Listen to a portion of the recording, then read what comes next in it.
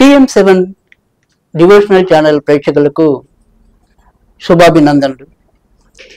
మన ప్రేక్షకులందరికీ కూడా గత కొద్ది రోజులుగా ఈ షష్ఠ గ్రహ కూటమిపై అనేక రకాలైన సందేహాలు నెలకొంటున్నాయి. ఇది నిజమే. అయితే ఇందులో ఈ ఫలితాలన్నీ ఎంతవరకు యథార్థం అవుతాయి, ఎంతవరకు యథార్థం కావు మొదలైనవన్నీ కూడా మీకు తెలియచెప్పే ప్రయత్నం నేను చేస్తాను.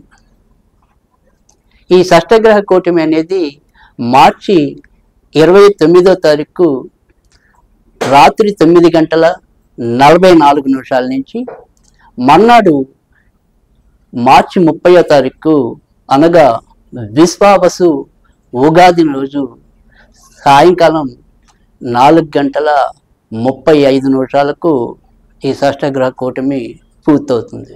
అయితే మొదట మనం చెప్పుకున్నాం, ఒకటి ఏదైతే ఈ షష్ఠగ్రహ కూటమి వల్ల ఎక్కువగా ఇబ్బంది పడేది పెద్ద స్థాయిలో లేదా మొత్తం స్థాయిలో చెప్పాలంటే కనుక అది మీన రాశి, కన్యా రాశి మీద దీని యొక్క ప్రభావం ఎక్కువగా ఉంటుంది అనేది.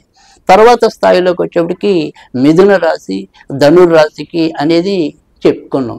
కానీ ఇప్పుడు వేటికవే సరే, మీన రాశి వాళ్ళు పడితే ఏ రకంగా ఇబ్బందులు ఉంటాయి, కన్యా రాశి వాళ్ళు అయితే ఏ రకంగా ఉంటాయి, ఇలా ఏ రాశికి ఆ రాశి అంటే ఇప్పుడు ఈ ప్రభావం చూపించేది మనం కన్యా రాశి లేదా మీన రాశి అన్నప్పటికీ కూడా ఇద్దరు ఒకే రకమైన ఇబ్బందులు ఎక్కువ పడతారని కాదు. కనుక ఎవరికి ఏ రకమైన ఇబ్బందులు వాటిల్లచ్చు, ఎవరు ఎలాంటి జాగ్రత్తలు తీసుకోవాలి, అలాంటివన్నీ కూడా మనం ఏ రాశికి ఆ రాశిగా తెలుసుకుందానికి చూద్దాం. కర్కాటక రాశి.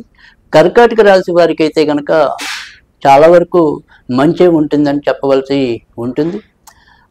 అర్ధాష్టమ శని అనేది కూడా వీరికి మార్చి అంటే ఇప్పుడు ఏదైతే షష్ఠగ్రహ కూటమి ఏర్పడుతుందో అదే రోజు నుంచి వీళ్ళకి ఇప్పటిదాకా ఉన్న అష్టమ శని, ఈ అష్టమ శని వెళ్ళిపోవటం అనేది కూడా కర్కాటక రాశి వారికి మరింత మేలు చెప్పే అంశంగా చెప్పవలసి ఉంటుంది. అంతేకాకుండా కర్కాటక రాశి వాళ్ళందరికీ కూడా మరి ఈ ఏదైతే షష్ఠగ్రహ కూటమి ఉందో అది భాగ్యస్థానంలో ఏర్పడటం అనేది కూడా జరుగుతుంది. కనుక ఎలాంటి సమస్య ఉన్నప్పటికీ కూడా అదృష్టవశాత్తు బయటపడటం అనేది కూడా ఉంటుంది.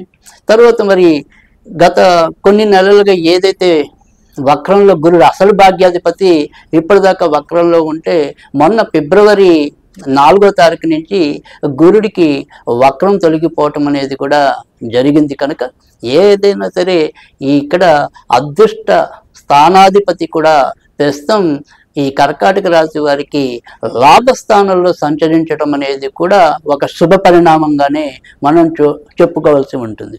కనుక బాగా మేలు జరిగే రాశుల్లో కర్కాటక రాశి వారికి ఎక్కువగా కనిపిస్తుంది. ఎందుకంటే వారు ఏది పట్టుకున్నా కూడా అది అదృష్టవశాత్తు వాళ్ళకి చివరిలో ఎంతో కొంత ఊరటనివ్వటం, ఒకవేళ నష్టం జరిగేది కూడా చాలా తక్కువ స్థాయిలో జరిగి అమ్మయ్య అని వీరు ఊపిరి పీల్చుకునేలాగా ఉంటుంది తప్ప భయపడేలాగా మాత్రం ఉండదు. ఇక జాగ్రత్త పడాల్సింది ఏంటంటే కనుక ఇక్కడ వీరికి మధ్యలో ఉన్నట్టుండి ఈ వెన్నుకు సంబంధించిన కానీ తర్వాత మరి కీళ్ళకి సంబంధించిన కానీ ఇలాంటి ఆరోగ్యాలు మాత్రం కొంత ఇబ్బంది పెట్టడం అనేది ఉంటుంది. కానీ కొత్తగా ఏదైనా సరే వీళ్ళు భూములు తీసుకోవాలన్నా, ఇల్లు తీసుకోవాలన్నా ఇలాంటి వాటన్నిటికీ కూడా వీళ్ళకి చాలా అనుకూలమైన కాలంగా చెప్పవలసి ఉంటుంది. తర్వాత కర్కాటక రాశిలో జన్మించిన వాళ్ళు సాధారణంగా ఎక్కువ స్థాయిలో వ్యాపారం చేసే వాళ్ళు కూడా ఎక్కువ మందే ఉండే అవకాశాలు ఎక్కువ ఉంటాయి.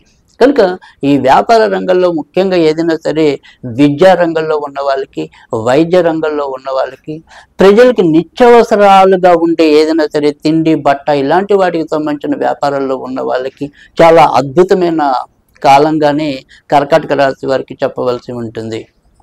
ఇంకా కొత్తగా పెళ్ళిళ్ళు కావాల్సిన వాళ్ళకి కూడా మరి ఏదైతే మరి ఇప్పటిదాకా అష్టమ శనితో ఈ కర్కాటక రాశి వాళ్ళు బాధపడుతున్నారు. మరి నిజానికి కర్కాటక రాశికి మరి భర్త లేదా భార్య కారకుడు అంటే జీవిత భాగస్వామి కారకుడు శనయ్య ఆయన భాగ్యంలోకి రావటం వల్ల ఖచ్చితంగా పెళ్ళిళ్ళు అయ్యే అవకాశాలు కూడా ఈ కర్కాటక రాశి వాళ్ళకి ఎక్కువగానే కల్పిస్తుంది. కనుక అదృష్టవశాత్తు వాళ్ళకి ఆయోగం కూడా, కళ్యాణ యోగం కూడా పట్టడం అనేది తప్పకుండా జరిగే శుభ పరిణామాల్లో ఒకటిగా చెప్పవలసి ఉంటుంది. తర్వాత ముందు ముందు కూడా మరి ఇదే గ్రహాలన్నీ కూడా తర్వాత ఒకటిగా మరి మేష రాశిలోకి, తర్వాత మరి వృషభ రాశిలోకి అంటే రాజ్యస్థానంలోకి, తర్వాత వచ్చేప్పటికి అది లాభస్థానంలోకి, ఇలా వరుసగా వీరికి కొన్ని నెలల పాటు అయితే కనుక ఖచ్చితంగా కర్కాటక రాశి వాళ్ళకైతే అన్ని శుభ పరిణామాలే అని చెప్పవలసి ఉంటుంది. కనుక కర్కాటక రాశి వాళ్ళు అయితే కనుక కొంతవరకు గుండె మీద చేయేసి హాయిగా నిద్రపోయే పరిస్థితి ఎక్కువగానే కనిపిస్తుంది.